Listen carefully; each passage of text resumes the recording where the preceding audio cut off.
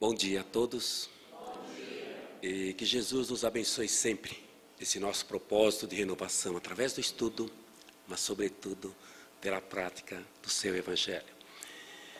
Então, agradecer a Deus, nosso Pai, a Jesus, nosso Mestre, a recepção amorosa aqui da Fraternidade Espírita Irmã Maria, né? E enaltecer essa alegria, né? Que esse mês é o mês de aniversário aqui da casa, né? Então, que nós possamos realmente unir os nossos pensamentos de uma forma positiva. E hoje estamos aqui representando a USE, União das Sociedades Espíritas, e o tema da USE desse mês é muitos os chamados e poucos os escolhidos. Nós sempre somos convidados, né? Quando chegamos aqui, nós vemos assim essa melodia, assim, em que para a gente se harmonizar, e já ali já tem os convites, né? Vem, vamos cantar, vem, vamos sorrir, vem, vamos amar, vem, vamos servir. E a gente percebe então que esses convites que Jesus nos faz sempre é um convite para que nós estejamos alegres, né? O tema, muitos os chamados e poucos os escolhidos, nos fala daquele festim, a parábola do festim das bodas, né? Que é um momento de alegria, um momento de contentamento, um momento de união, um momento de confraternização. Então, é por isso que nós todos somos convidados. É claro que o convite que Jesus sempre nos faz é aquele, né? Vinde a mim, todos vós que estáis cansados e oprimidos, e eu vos aliviarei. Vinde e aprendei de mim, que sou manso e humilde de coração, pois suave é o meu jugo e leve o meu fardo. Por quê? Porque ele sempre nos convida ao amor, né? À caridade. A lei é de justiça, amor e caridade. Mas, no capítulo 18 do Evangelho segundo o Espiritismo, nós podemos estudar com profundidade essa lição de hoje, dessa manhã. Também tem um livro de Joana de Ângeles, psicografado por Divaldo Pereira Franco, chamado Jesus e o Evangelho à luz da psicologia profunda, onde ela também faz um estudo, né, sobre esse capítulo, só que com outro título, né, os convidados e os aceitos. E a gente sempre tem em nós essa condição, né, de sermos os convidados, né? Mas lá no capítulo 18 do Evangelho segundo o Espiritismo, em que Jesus continua nos falando por parábolas, a gente fala, mas por que então que Jesus falava por parábolas, né? Nós temos também os livros de Caiba Schutel, de Rodolfo Caligares, que estudam as parábolas. A parábola é uma historinha curta, mas que tem uma verdade profunda. Então Jesus, ele falava por parábolas. Por quê? É claro, ele poderia se utilizar de uma linguagem mais profunda, mas ele se adaptava àquela condição daquele povo, né? E logicamente para que todos entendessem a mensagem que ele trazia. E fazia comparações com o que aquelas criaturas tinham ali à sua volta. E o casamento era um momento de alegria, um momento assim em que todos se uniam, né? É por isso que ele faz aquela comparação. Então a parábola, a gente vai perceber que ela tem uma alegoria, até uma fantasia, mas ela traz a verdade, né? Até conta-se uma história que diz que um dia a verdade estava assim, num canto, triste, né? Aquela tristeza, e aí a alegoria e a fantasia se aproximaram dela e falaram assim, mas por que você está assim tão triste? Aí diz que a verdade falou assim, eu devo ser muito feia, porque as pessoas, os homens, eles não querem me escutar, não querem me ver, né? Não dão atenção para mim. Eu falei assim, não, sabe o que é, dona Verdade? É por causa dos seus trajes, né? A verdade nua e crua, ela traz constrangimento para as pessoas. Toma emprestado uma das nossas roupas, e aí você vai ver como que vai acontecer. Aí diz que ela começou a usar lá os vestidos, tanto da alegoria quanto da fantasia, e aí a humanidade começou a receber a verdade de outras formas. Então Jesus até foi questionado, né, pelos seus próprios discípulos. Mas mestre, por que o senhor fala por parábolas? E aí Jesus diz assim, Eu falo por parábolas, né? Porque a vós é dado conhecer a mensagem de Deus, mas a eles não. Então eu faço cumprir aquela profecia de Isaías, né? Vocês vão ver com seus olhos e não enxergarão. Vão ouvir com seus próprios ouvidos e não entenderão. Então aí Jesus sempre fazia a colocação que nós devemos ter olhos de ver e ouvidos de ouvir. Então a parábola diz assim, que o reino dos céus é comparado a um rei que, querendo comemorar, celebrar, né, as bodas do filho, ele mandou seus servos chamarem os convidados, aqueles convidados especiais, né, para vir ao casamento. Mas eles se recusaram a ir. Ele enviou de novo os seus servos, só que ele deu o recado, olha, está tudo pronto, eu já preparei, matei o boi, os cevados, tudo lá, e já está tudo pronto para o banquete. Vinde para as bodas. Mas aquelas pessoas que foram os convidados nem se importaram com isso. Uns foram para sua casa de campo, outros para seus negócios. Enfim, foram cuidar dos seus interesses. Outros até lançaram mão dos servos e depois de ultrajarem os mataram. Aí o rei se encheu de cólera e enviou os seus exércitos contra aquele povo e os dizimou, até queimando as suas cidades. Depois, ele chegou e falou assim, olha, mas está tudo pronto, né? Tudo pronto para esse banquete nupcial. Então chamou os servos e falou assim, agora vocês vão pelas encruzilhadas, pelas ruas, e chamem todos, para que venham para as bodas. E isso fez, os servos fizeram isso, né? E foram para todas as ruas, chamaram todos, bons, maus, e a casa lá, o salão, né, do banquete ficou lotado, cheio de pessoas. Mas o rei então saiu assim para ver como é que estava, né, a festa. Aí ele olhou e viu um homem que não estava com a veste nupcial, com a túnica nupcial. Aí ele chegou, amigo, como é que você entrou aqui sem ter a veste nupcial? Mas aquele homem se emudeceu, não falou nada. Aí o rei chamou lá os seus servos e falou assim, olha, atai-o de pés e mãos e lançai-o nas regiões inferiores, porque aí haverá choro e ranger de dentes, pois muitos são os chamados e poucos os escolhidos. Então essa é a parábola. Agora a gente tem que interpretar, analisar o que Jesus quis dizer com essa parábola, né? O reino dos céus é a vida celestial, a morada dos espíritos puros, tipo Jesus, né? Seria também aquele estado de plenitude espiritual que todos nós buscamos, almejamos. O rei é Deus, o filho do rei é Jesus. As bodas é aquela entrega do evangelho na terra. Os servos são aquelas criaturas que Deus sempre enviou de tempos em tempos à terra para que nós pudéssemos receber essa mensagem de Jesus. Os profetas, os sacerdotes, enfim, tivemos tantos que chegaram, os grandes missionários. E os convidados? Os convidados somos todos nós. Mas, de tempos em tempos, nós tivemos, né? Dizem que os primeiros convidados, aquele que ele primeiro enviou os servos e eles não aceitaram, seriam os hebreus, que era aquele povo escolhido por Deus, né? O povo de Israel. Já no segundo convite seria aquele tempo em que ele chamou as criaturas e as criaturas tinham uma vida só, uma vida mundana, né? Só ligada aos interesses materiais, né? E eles também foram para os seus negócios e não quiseram nem saber da mensagem que estava chegando a eles. Outros até ultrajaram, né? Apedrejaram e mataram os seus enviados. Seria como Jesus disse os fariseus, os saduceus, né, que tinham muito orgulho, muito egoísmo, muita presunção e não aceitaram aquela palavra. E o banquete nupcial.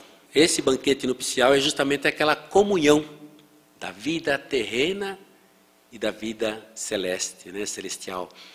Então quando ele fala que está tudo preparado, né, aquelas iguarias lá, o boi, isso, aquilo, seria então o quê? Da mesma forma que aqui no casamento, aqui na terra, nós temos os alimentos para o corpo, nós temos também os alimentos espirituais, né? O alimento para o espírito, para fortalecer o espírito. E naquele momento em que ele fala que Deus se irou, na realidade, a gente sabe que Deus é todo poder e bondade, né? Toda misericórdia, mas ali se fala da lei de ação e reação, que justamente foi colocada para aquelas criaturas que não souberam atender, né, as promessas e o convite de Deus. E quando fala também das cidades que foram queimadas, aí é todo aquele estado de coisas que aconteceu, né? Podemos até nos lembrar que o próprio templo de Salomão foi queimado lá por volta da década de 70, né? E os últimos, né, que foram chamados, os últimos convites, ele falava, vá encruzilhada, as ruas enchem todos. É justamente aquela colocação quando Paulo de Tarso foi levar a mensagem aos gentios, a todas as pessoas, a todos, indistintamente. Então essa parábola, né, ela nos mostra realmente que nós somos convidados, todos, né, somos convidados. E a veste nupcial? A veste nupcial, como a gente fala do reino dos céus e falamos das moradas do espírito, então nós sabemos que é o perispírito, o corpo espiritual, né?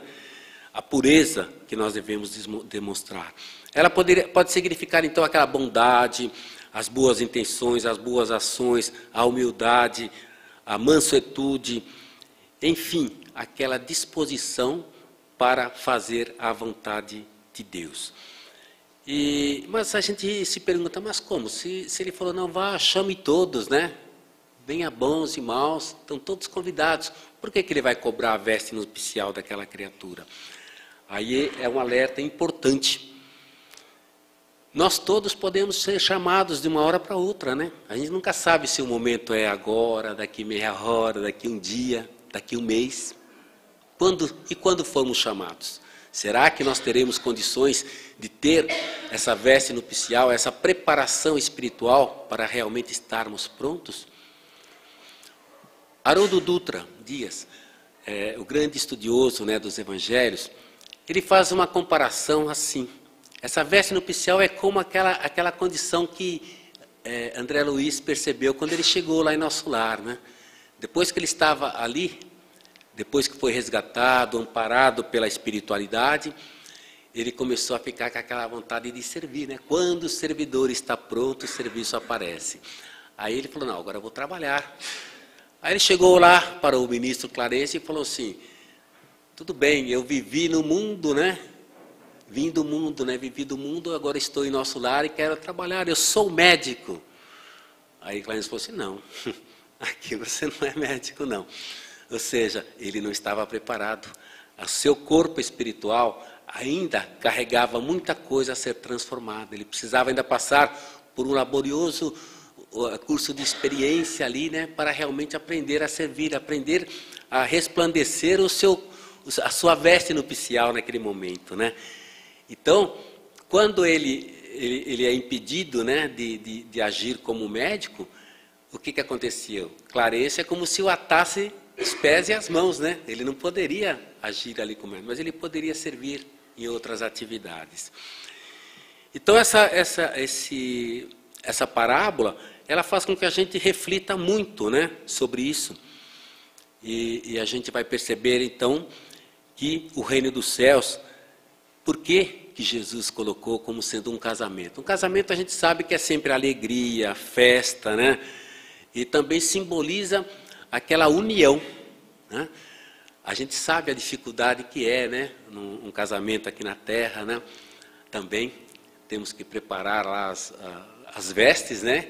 Os padrinhos do noivo, os padrinhos da noiva. Aqui não fala da noiva, porque na realidade Jesus, ele sempre foi considerado noivo se casando com a humanidade. É por isso que João Batista falava assim, ele é o noivo e eu sou o amigo do noivo. Então, em todas as escrituras, sempre se fala dessa união e dessa busca, né? Tanto assim, que ele fala, quando a gente vai se unir com Deus, é um casamento, né? Com Deus. E a separação é uma prostituição. Por isso que lá muitos dos textos falam de Jerusalém e Samaria são duas mulheres que abandonaram o marido e se prostituíram, né? Então, é por isso que a gente percebe essa necessidade de buscarmos essa união, né? Então, é preciso realmente estarmos preparados para buscarmos essa nossa transformação. Esse capítulo também nos fala da porta estreita, que é um complemento desse chamamento, né? Quando Jesus fala assim, entrai pela porta estreita, né? Porque larga é a porta, né, da perdição. Mas a gente vai perceber então que nós todos temos que buscar, agir e servir, né? Esse capítulo que nos fala muitos os chamados e poucos os escolhidos, só para relembrarmos, ele fala de muito se pedirá a quem muito recebeu, né? E dar-se-á aquele que tem, pelas obras é que se reconhece os cristãos, fala da porta estreita, fala que nem todos os que dizem Senhor, Senhor entrarão no reino dos céus, mas sim aqueles que ouvem, né, e cumprem a palavra de Deus. Então nós temos que perceber que nós todos temos então que buscar fazer a vontade de Deus, né? Nós temos que agir, nós temos que procurar realmente perceber essa necessidade de nos transformarmos. Mas aí a gente faz uma colocação, mas quem são então esses escolhidos, né? Porque a Bíblia fala de 5 pessoas que foram escolhidas por Deus, desde o ventre de suas mães, né? Fala de Sansão, Isaías, Jeremias, João Batista e Paulo de Tarso. Agora, e essa colocação que Deus escolheu o povo, né? Lá os hebreus, Israel. Mas o próprio Pedro, ele dizia assim, porque Deus amou, né, a humanidade de tal forma que enviou o seu Filho. Quer dizer, já como a dizer que Deus não dá privilégios a ninguém, Ele ama a todos indistintamente. Então, na realidade, quando a gente vê falar, né, do povo escolhido, que foi lá o povo hebreu, até tem um filme chamado O Violinista, né, onde o Topol, lá, que é o personagem principal, num dado momento, ele faz até assim um desabafo, ele assim, poxa, mas que tal escolher um outro povo, né? Que tudo vai acontecer com esse povo. Quer dizer, na realidade, até os muçulmanos, eles insistem nisso, né? Eles falam assim, ó, não foram os descendentes de Isaac, mas os de Ismael que foram escolhidos por Deus, né?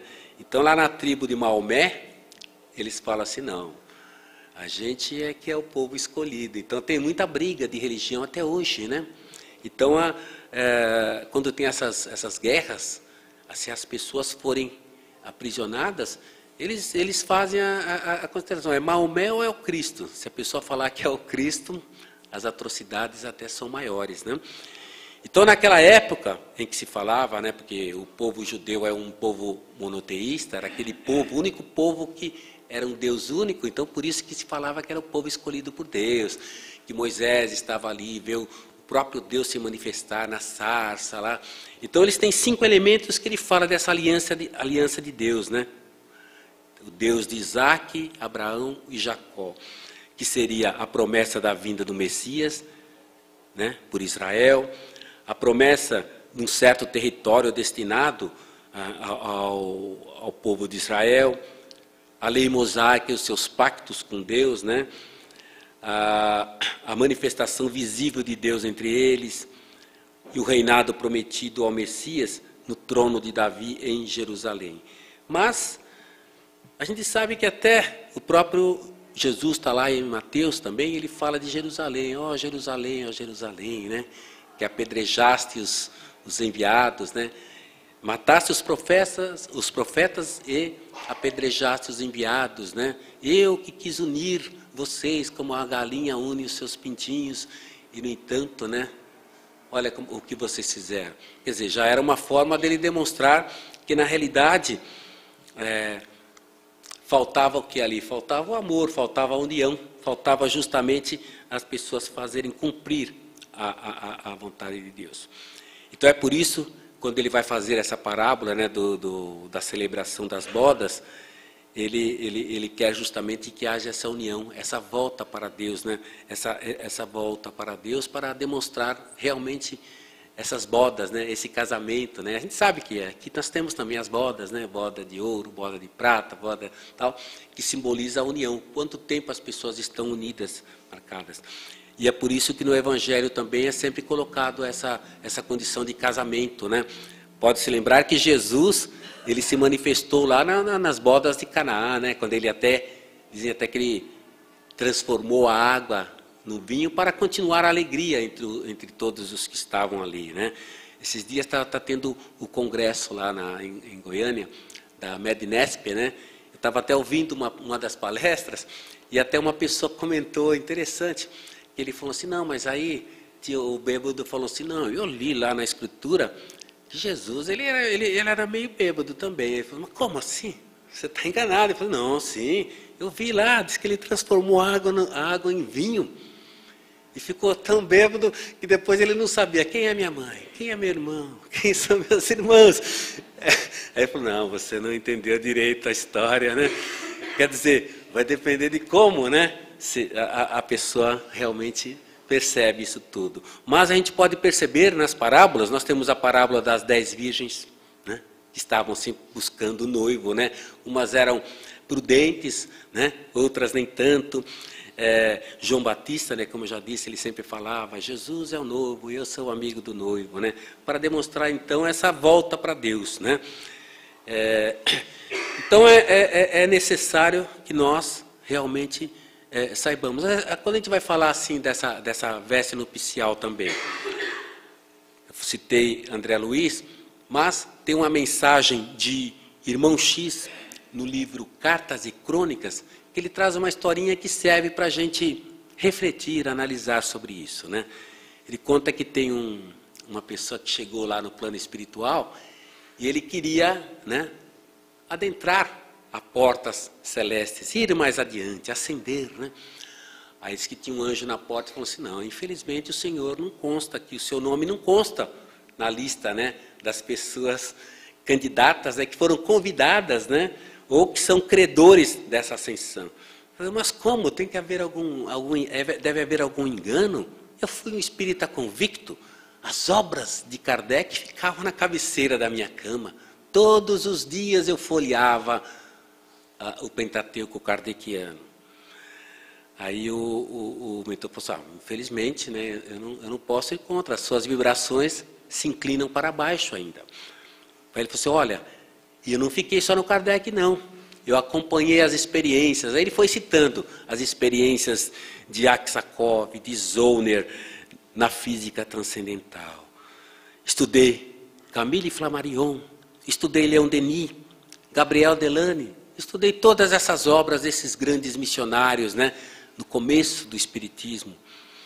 E também procurei estudar outros. Aí ele vai falando, né, das experiências de Crookes, de Oliver Lodge, de Claude Bernard e outros, né? Aí ele falou, não fiquei só nisso não. Também fui buscar a parte espiritual, né, dos orientalistas lá. Aí ele foi falando lá, Confúcio, Lao Tse, Ramakrishna, todos, né? Aí ele olhou para o anjo e falou assim, olha, na minha mocidade investigadora ainda tive a honra, a oportunidade de assistir palestras do próprio Bezerra de Menezes. Será que essa minha bagagem não me dá direito de ir adiante, né? De adentrar as portas celestes?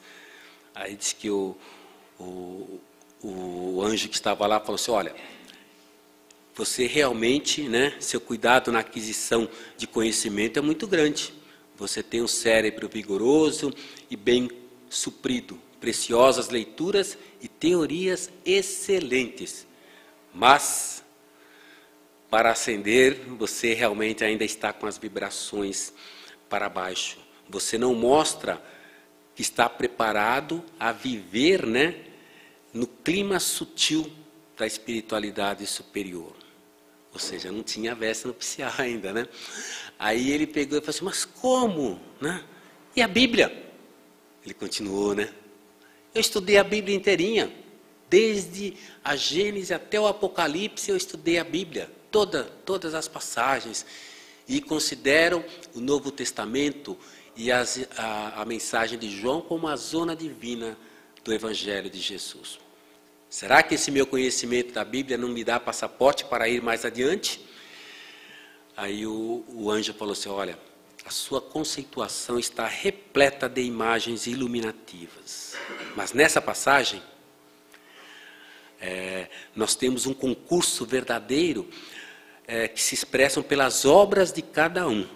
Sem experiência vivida e sem serviço feito, o espírito não vibra na condição ideal, na condição precisa para seguir adiante, né? Então, o seu retrato mental mostra assim como se fosse um grande navio, grande, vasto, bem acabado, cheio de riquezas, cheio de utilidades e adornos, mas que nunca saiu do porto para navegar. Aí ele falou, mas eu não fiz mal a ninguém. Eu falei assim, sim, vê-se claramente que o seu espírito é nobre e bem intencionado. Mas então, como fica a minha posição? Aí o espírito, olha, a sua posição é invejável, comparada com o drama inquietante de tanta gente. Você tem a consciência quitada com a lei, não tem compromissos com o mal, está habilitado a fazer o bem. Mas em matéria de subir, de crescer espiritualmente, eu observo o seu coração ainda na estaca zero. O meu amigo sabe muito, agora é preciso fazer. Aí a gente percebe, né, que não basta só o conhecimento, né? Não basta só dizer Senhor, Senhor, né? Nem todos os que dizem Senhor, Senhor entrarão no reino dos céus.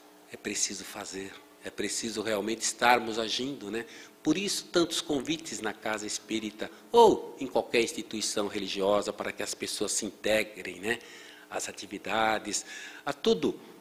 Toda essa movimentação de amor que se chama caridade, né? Joana de Ângeles diz assim, o amor é a alma da vida e a caridade é a vida da alma. É por isso que a gente fala, né, que é preciso realmente fazer, né? O cristão ele se expressa pela obra que ele fez. É por isso que Madre Teresa de Calcutá, ela tem uma frase memorável quando ela diz assim, que as mãos que ajudam são mais sagradas do que os lábios que oram. Então, que rezam, né? Então a gente vai perceber essa nossa necessidade de realmente buscarmos fazer algo, buscarmos agir, né? Servir. Né? Por isso os convites, aquelas melodias que estão aqui, né? Jesus é a nossa estrela guia, né? E é a luz, né, dos nossos dias.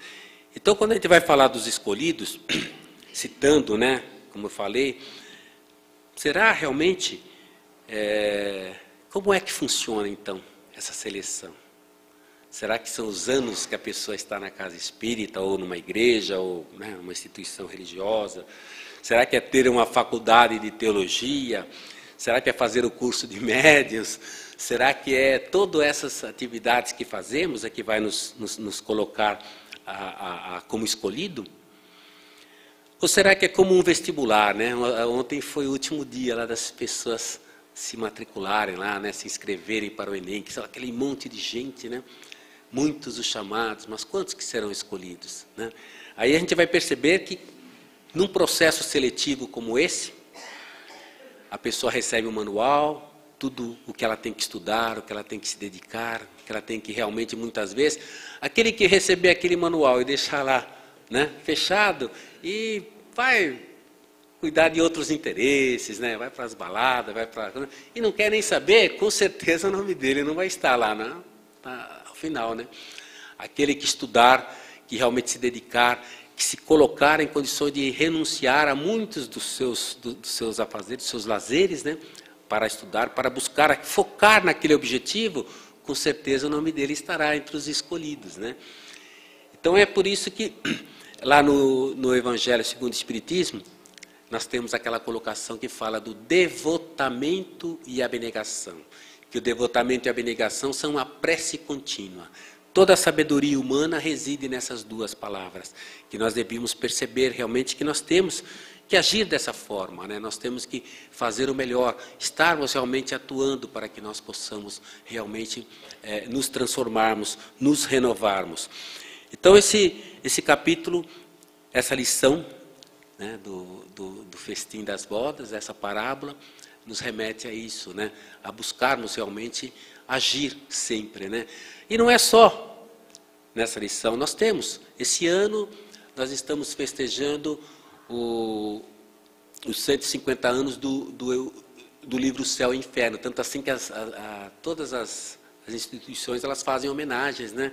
Fazem leituras, estudos sobre o céu e o inferno, e lá nós temos o Código Penal da Vida Futura, que são 33 conclusões, né, de Allan Kardec, quando ele pesquisou os espíritos depois de desencarnados, né, os estados ou feliz ou infeliz que a pessoa se encontra lá no plano espiritual. Então tem as narrativas todas e ele catalogou todas e colocou ali, né? Quer dizer, não é assim uma hipótese, não, são conclusões realmente, as pessoas falando do estado de felicidade que se encontram. Da mesma forma que Jesus trazia nas suas parábolas, né, o estado de felicidade, né, simbolizado naquela celebração das bodas, né, de estar lá no plano espiritual, como é que nós estamos nos preparando para isso, né?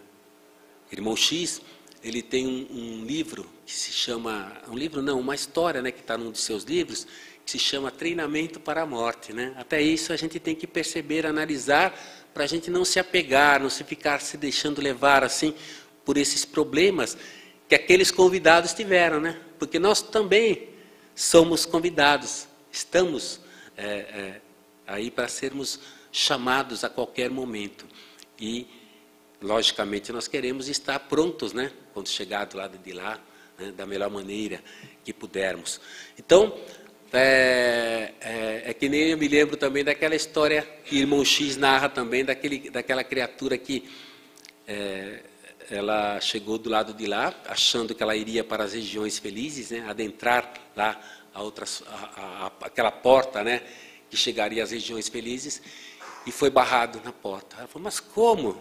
Tem alguma coisa errada? Eu fiz muita caridade quando estava na terra. Aí a pessoa falou assim, fez mesmo? Então traz a prova, né?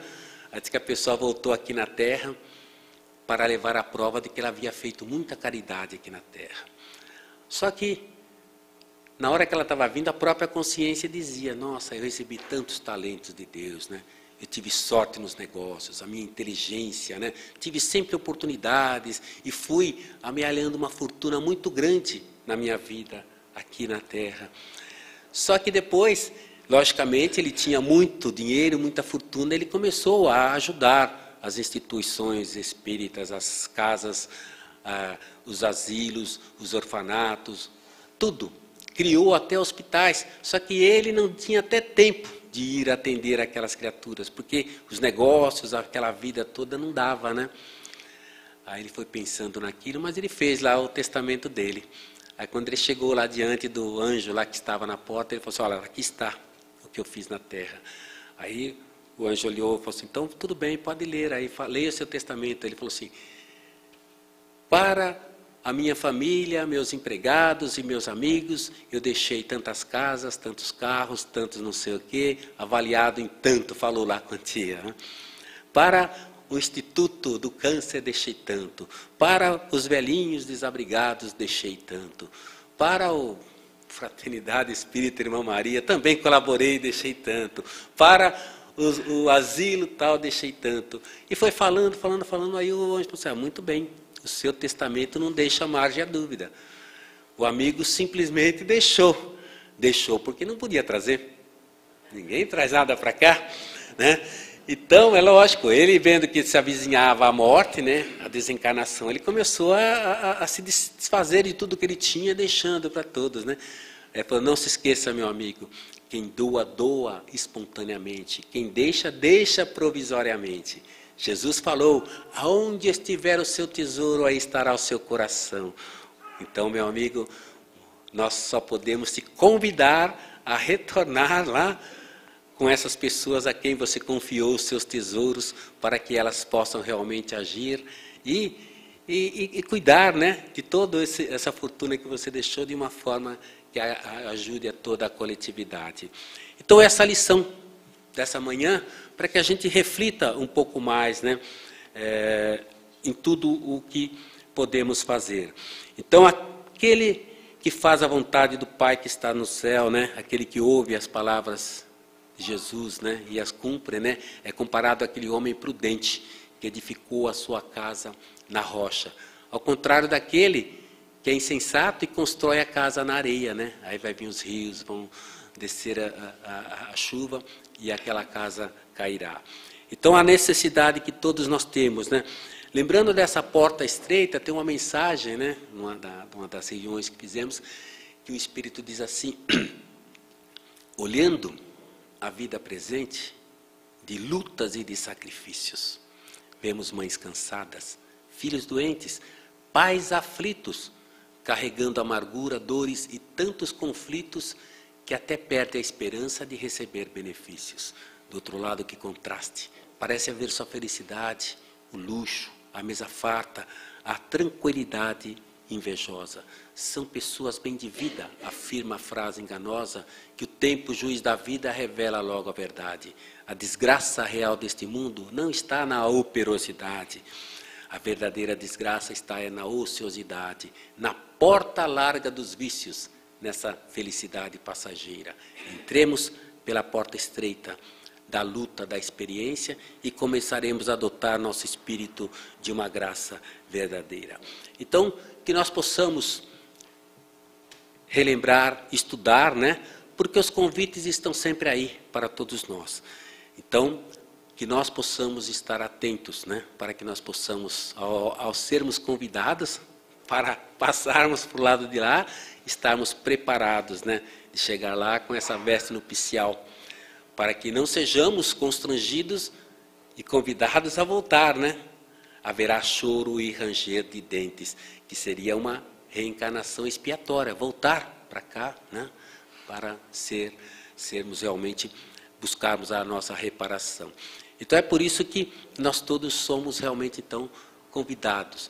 E falando, né, que a lei é de justiça, amor e caridade, nós podemos encerrar essa exposição lembrando mais uma vez uma mensagem psicografada por Francisco Cândido Xavier, em que ela de Isaura, aliás, de Irene de Souza, que ela diz assim para todos nós: que Deus nos abençoa, né? Ela fala assim: Deus te abençoe o gesto de carinho, alma da caridade branda e pura pela migalha de ventura aos tristes do caminho. Deus te abençoe a refeição sem nome que trazes cada dia aos cansados viajores da agonia que esmorecem de fome. Deus te abençoe a bolsa da esperança que abres a sós sem que ninguém te espreite para a gota do leite destinada à criança. Deus te abençoe o pano do lençol com que envolves em doce cobertura os cansados viajores da amargura que vivem à distância do sol. Deus te abençoe por onde fores e te conserve as luzes em que apagas, removes ou reduzes os problemas, as dores, as aflições. Deus te abençoe a fala humilde e santa com que aplacas a ira, do escárnio, da calúnia, da mentira, na frase que perdoa e que levanta. Caridade, que o teu nome ressoe pleno de amor profundo, e por tudo que fazes neste mundo, Deus te guarde e te abençoe. Então, que Deus nos abençoe sempre, esse nosso propósito de renovação através do estudo, mas sobretudo pela prática do seu Evangelho. E que Deus abençoe também esta casa abençoada, né, que passa por esse aniversário, que é um momento de alegria, para que todos os seus dirigentes, tarefeiros, né, sejam funcionários ou voluntários, que todos possam realmente se unir no amor, na alegria de comemorar mais um ano de atividades. Porque a gente sabe que esse é o caminho, né? Nós estamos aqui para servir. Então vem, como diz a música do início, vem, vamos cantar, vem, vamos sorrir, vem, vamos amar, vem, vamos sorrir. Então, os convites estão sempre aí, né? Nas atividades da casa, as atividades se multiplicam, né? E só não serve o evangelho quem não quiser, né? Então nós temos aí a mocidade, a evangelização infantil, todas as atividades da casa, né? Para que todos possam realmente estar unidos, né? Num só ideal, num só propósito, que é sempre o de servir. Então, muito obrigado a todos, um bom final de semana e que Deus abençoe, né? E ilumine sempre essa casa bendita de orações, né? Que assim seja.